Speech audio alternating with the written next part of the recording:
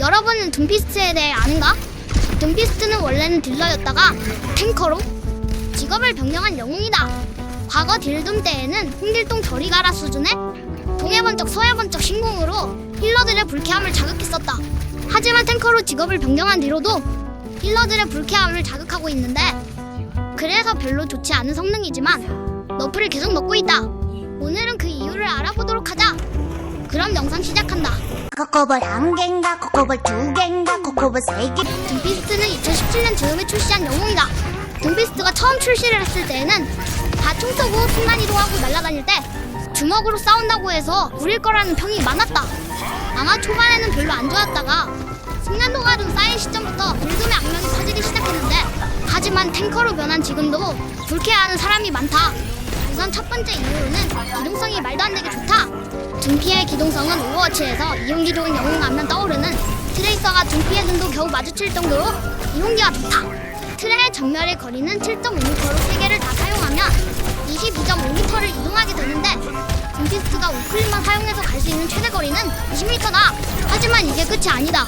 둠피스트에게는 강펀이라는 게 있다. 둠피의 강펀은 거리가 10m가 늘어나서 한 번에 30m를 이동하게 된다. 심지어 쿨타임도 4초로 트레의 전멸보다 1초 길다. 이동거리는 전멸 3개와 비슷한데 쿨타임은 전멸 1개보다 살짝 긴 정도라. 둠피스트의 이동기가 훨씬 좋다고 볼 수 있다. 물론 둠피의 이동기는 여기서 끝이 아니다. 둠피는 시프트도 이동기라고 볼 수 있는데 이것도 트레 전멸 2-3개와 비슷하게 이동할 수 있지만 쿨타임도 6.5초밖에 안 된다. 하지만 여기서 또 끝이 아닌데, 둠피는 이 스킬은 파워 블락이라는 기술인데 이걸 쓴 상태로 어느 정도 맞으면 게이지가 찬다. 이 게이지가 차면 강펀이 되는데, 강펀이 되는 것뿐만 아니라 우클릭 쿨타임이 초기화가 된다. 그래서 위기의 상황일 때 블락으로 우클을 제거하고 도망갈 수도 있다. 하지만 여기서 또 끝이 아닌데, 둠피에게는 슈점이라는 게 있다. 우선 사용 가치는 별로 없는 블락과 지진 강타를 조합한 슈점이 있는데 이걸 쓰면 엄청 높게 뜨게 된다. 하지만 지진 강타는 우클에 비해 쿨타임이 좀 길고 블락이라는 중요한 생존기를 사용하는 슈점이라 별로 사용 가치는 없지만 이동기는 여기서 또 끝이 아니다. 우클을 쓰다가 공포와 지진 강타를 사용하면 진짜 엄청 멀리 간다. 하지만 여기서 또 끝이 아닌데, 지진 강타 장기술도 있다. 원래는 사용하기 어려웠다고 하는데 어떤 패치 이후에 지진 강타 사용 중에 스페이스바만 누르고 있으면 지진 강타 콩콩이가 가능하게 되기 때문에 CCD 같은 걸 피할 수도 있다. 어쨌든 둠피는 이동기가 이 정도로 좋기 때문에 갑자기 하늘에서 등장해서 한 명 죽이고 도망가고, 대놓고 탱커 건너뛰고 들어와서 한 명 잡고 살아가고, 바지 뒷주머니에서 갑자기 나타나서 한 명 잡고 살아갈 정도로 이동기가 정말 좋다. 그 다음 불쾌한 점은 상성을 잘 안 탄다. 탱커가 한 명이 되면서 가위바위보 싸움이 정말 심해졌는데, 탱커 중에서는 둠피를 상대하기 좋은 영웅은 오리사와 호그가 있다.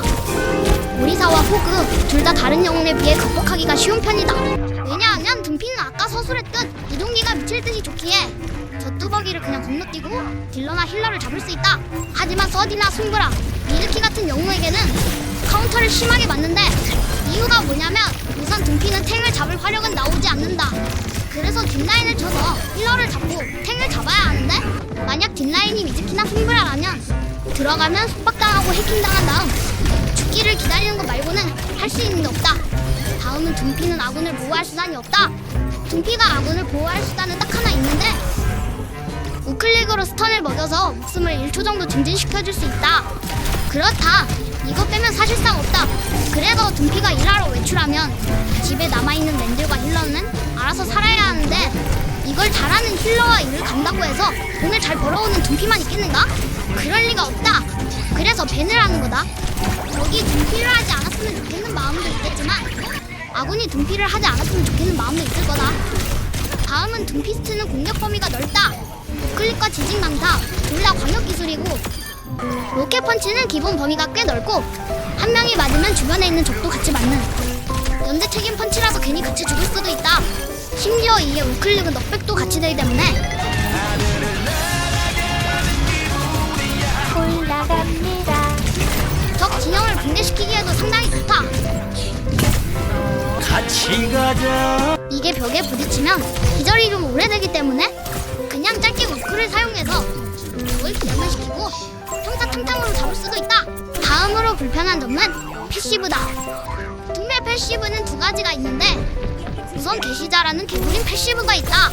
둠피스트가 우클릭을 사용할 때마다 1초 동안 50이 회복되는 패시브인데 이게 원래는 공중에 좀 채공하고 있으면 60이 회복되는 패시브였는데 사실 이때도 별로 좋은 패시브는 아니었다.